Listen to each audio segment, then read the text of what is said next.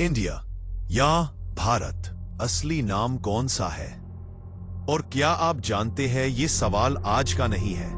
ये बहस संविधान बनने से भी पहले शुरू हो चुकी थी, लेकिन संविधान सभा ने इसे 75 साल पहले ही हमेशा के लिए खत्म कर दिया था।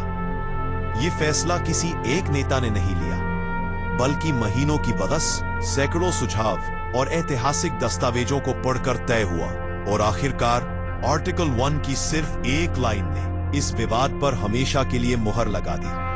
आर्टिकल 1 कहता है, India that is Bharat shall be a union of states. इस एक लाइन ने देश के दो नामों को बराबर दर्जा दे दिया, एक अंतर्राष्ट्रीय पहचान वाला इंडिया और हजारों साल पुरानी सभ्यता वाला भारत। लेकिन सवाल उठता है, दो नाम क्यों? क्योंकि इंडिया नाम का जिक्र प्राचीन ग्रीक और पर्शियन ग्रंथों में मिलता है। वे हमें इंडस नदी के आधार पर इंडोय और हिंदुस्तान कहते थे, जबकि भारत का नाम ऋग्वेदा, महाभारत और विष्णु पुराना जैसे प्राचीन ग्रंथों में मौजूद है। यानी नाम दो नहीं, पहचान दो है, एक दुनिया के लिए, एक अपनी जड़ों के लिए।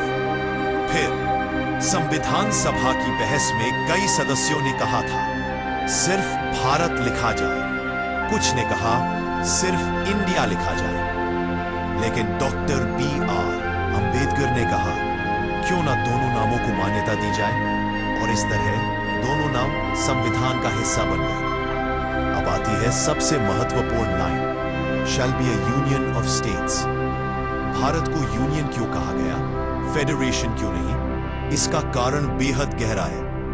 फेडरेशन में राज्य अपनी मर्जी से एकजुट होते हैं और चाहें तो अलग भी हो सकते हैं, लेकिन अंबेडकर ने साफ कहा, India is not a result of an agreement, states have no right to सेसीड।